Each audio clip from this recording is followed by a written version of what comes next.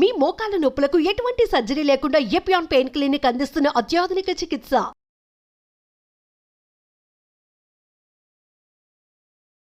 Welcome to Suman TV.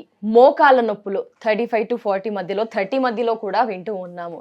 ఎందుకు ఈ మోకాళ్ళ అరుగుదల సమస్య పెరిగిపోతుంది, మోకాళ్ళ అరుగుదల ఎందుకు ఎక్కువగా వింటూ ఉన్నాము, అండ్ కారణాలు ఏంటి అంటారు. మనందరికీ కూడా కొన్ని కారణాలు తెలుసు, బట్ అయినా కూడా ఆ సమస్య పెరుగుతూనే వస్తుంది. ఈ మోకాళ్ళ సమస్య రాకుండా ఎటువంటి జాగ్రత్తలు తీసుకోవాలి, అలాగే మోకాళ్ళలో గుజ్జు అరిగిపోతుందని ఎక్కువగా వింటూ ఉన్నాం. ఎందుకు ఈ సమస్య ప్రతి ఇంటా వినిపిస్తుంది? సో వీటన్నిటికి కూడా ఫుల్ ఇన్ఫర్మేషన్ ఇవ్వడానికి ప్రస్తుతం మనతో పాటు ఉన్నారు senior orthopedic surgeon doctor KJ Reddy గారు. వారితో మాట్లాడదాం. సార్ నమస్తే. సార్ నమస్తే. ఏంటి సార్, జస్ట్ అలా మనకి ఏమంటారు కరివేపాకు లాగా ఇంటింటా సమస్య పెరిగిపోయింది. అసలు అందరూ మోకాళ్ళ నొప్పులు అంటున్నారు, పని చేసిన వాళ్ళు అంటున్నారు, పని చెయ్యని వాళ్ళు అంటున్నారు. ఏంటి సార్ రీజన్స్ ఏంటి అంటారు ఈ మోకాళ్ళ అరుగుదలకి? అవును, మోకాళ్ళ అరుగుదల అనేది చాలా కామన్ అయిపోయింది. మీరు రీసెంట్ సర్వే చూస్తే ఇండియాలో నియర్లీ 14 crore పాపులేషన్ ఈ మోకాళ్ళ నొప్పులతో సఫర్ అవుతుంది. అయ్యో, అంటే వెరీ బిగ్ నంబర్. అవును. అసలు ఇది మెయిన్ అంటే మోకాళ్ళ నొప్పులు అరుగుదల, మీరు అన్నట్టు అరుగుదల వల్ల మోకాళ్ళ నొప్పులు వస్తూ ఉంటాయి జనరల్గా. కానీ కొన్ని వేరే రీజన్ వల్ల కూడా మోకాళ్ళ నొప్పులు వస్తుంటాయి. ఆర్థరైటిస్ అంటాం, osteo arthritis. Primary osteo arthritis అంటే అది ఎందుకు వస్తుందో ఎవరికి తెలియదు. జనరల్లీ ఓల్డ్ పీపుల్ వస్తుంది, అంటే ఆఫ్టర్ 50-60. మీరు చెప్పినట్టు 30-50 మధ్యన వచ్చే మోకాళ్ళ నొప్పులు ఇంపార్టెంట్. ఎందుకంటే ఈ మోకాళ్ళ నొప్పులు చాలా వరకు క్యూర్ చేయడానికి వీలవుతుంది.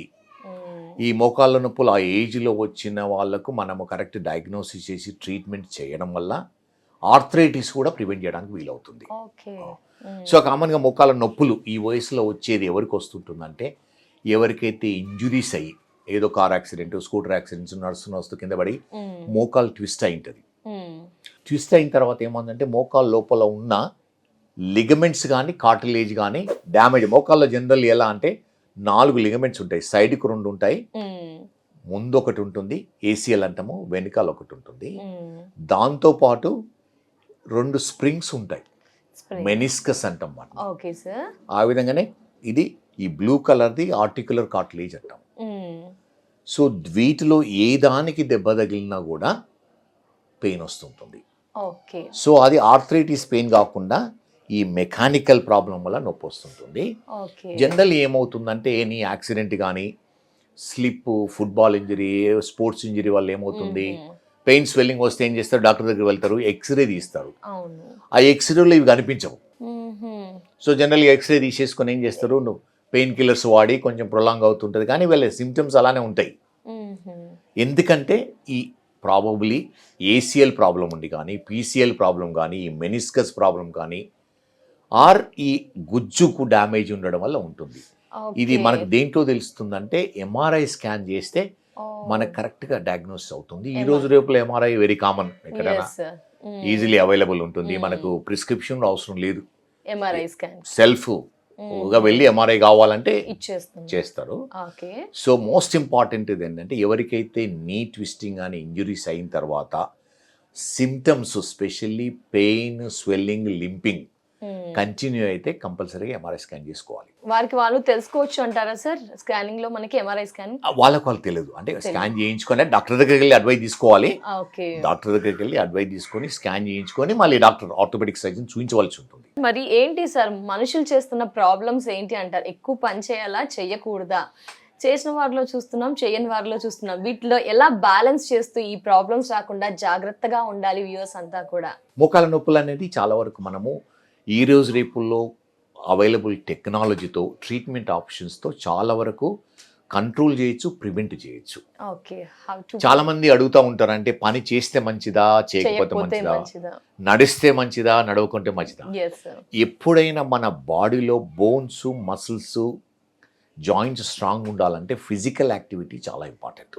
ఫిజికల్ యాక్టివిటీ ఎవరైతే పని చేయరో వాళ్ళలో ఈ ప్రాబ్లమ్స్ ఎక్కువ వస్తాయి. ఆర్థరైటిస్ ప్రాబ్లం కానీ, కండరాల ప్రాబ్లం కానీ, బోన్స్ ప్రాబ్లం. ఎందుకంటే జాయింట్ ఎప్పుడు స్ట్రాంగ్ ఉందంటే జాయింట్ మీద లోడ్ పడ్డప్పుడే స్ట్రాంగ్ ఉంటుంది.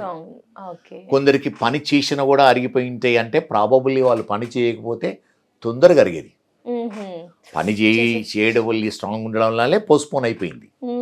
సో వాకింగ్, ఫిజికల్ యాక్టివిటీ అనేది చాలా ఇంపార్టెంట్. కానీ ఎలా అంటే జాయింట్ ప్రిజర్వేషన్ అంటాము. జాయింట్ లోపల ఏ ప్రాబ్లం వచ్చినా అంటే మెయిన్లీ నొప్పి వస్తుంటుంది. ఆ నొప్పి ఎందువల్ల వస్తుందో డయాగ్నోసిస్ చేసి దాన్ని అప్రాప్రియేట్ ట్రీట్మెంట్ తీసుకోవడం అనేది చాలా ఇంపార్టెంట్. దానివల్ల చాలా ప్రాబ్లమ్స్ మనం సాల్వ్ చేయొచ్చు. ఎస్పెషల్లీ ఆర్థరైటిస్ రాకుండా ప్రివెంట్ చేయొచ్చు. ఎస్, అంటే మోకాళ్ళ నొప్పులు అంటే అందరికీ వచ్చేస్తున్నాయి, కొంచెం ఎక్కువ వాక్ చేసినా వస్తున్నాయి అని చెప్పి వారిగా ఏమైనా పెయిన్ కిల్లర్స్ తీసుకొని మానేస్తున్నారు. ఇది ఎంతవరకు కరెక్ట్ అంటారు సార్? అంటే అందరిలో చూస్తున్నాం, ప్రతి ఇంట్లో 40+ 50+ ఉంటుంది అని చెప్పి లైట్ తీసుకుని, అది ఎంతవరకు కరెక్ట్ అంటారు సార్? అంటే ఆ విధంగా ఉండకూడదు. మోకాలు నొప్పులు ఫస్ట్ ఆఫ్ ఆల్ ఎందుకు వస్తున్నాయని తెలుసుకోవాలి. ఆర్థరైటిస్ అంటే వేర్ అండ్ టేర్ మోకాలు నొప్పులు కామన్ ఉంటుంది.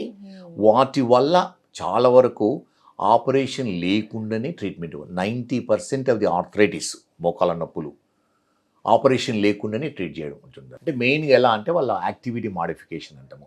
మోస్ట్ ఆఫ్ ది టైం ఎలా ఉంటుంది, ఈ కండరాలు బలహీనంగా ఉండడం వల్ల జాయింట్ పైన లోడ్ ఎక్కువ పడుతుంటుంది.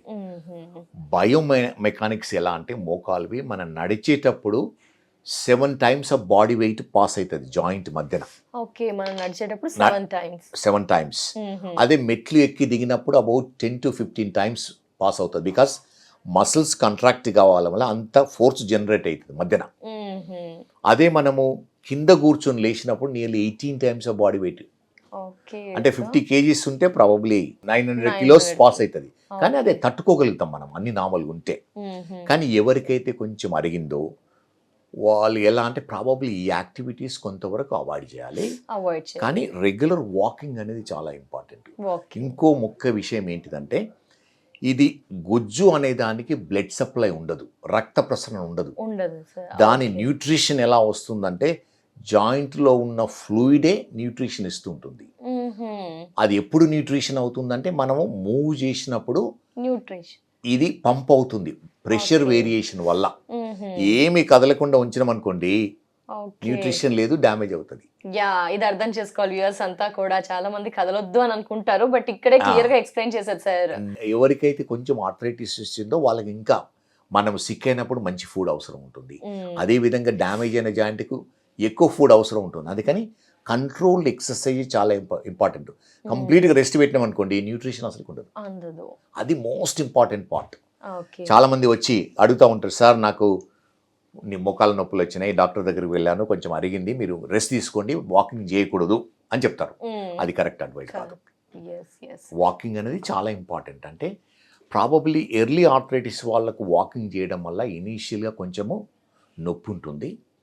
అది over a period of time తక్కువ అయిపోతుంటుంది. అంటే కొంచెం ప్రాక్టీస్ చేసి కంఫర్టబుల్ షూ, హార్డ్ సర్ఫేస్ మీద కాకుండా కొంచెం సాఫ్ట్ మీద, శాండ్లో కానీ గడ్డి మీద నడవడం వల్ల ఏమవుతుందంటే ఇంపాక్ట్ తక్కువ ఉండి స్లోలీ మసిల్ స్ట్రాంగ్ అయితే పెయిన్ డిసపియర్ అవుతుంది.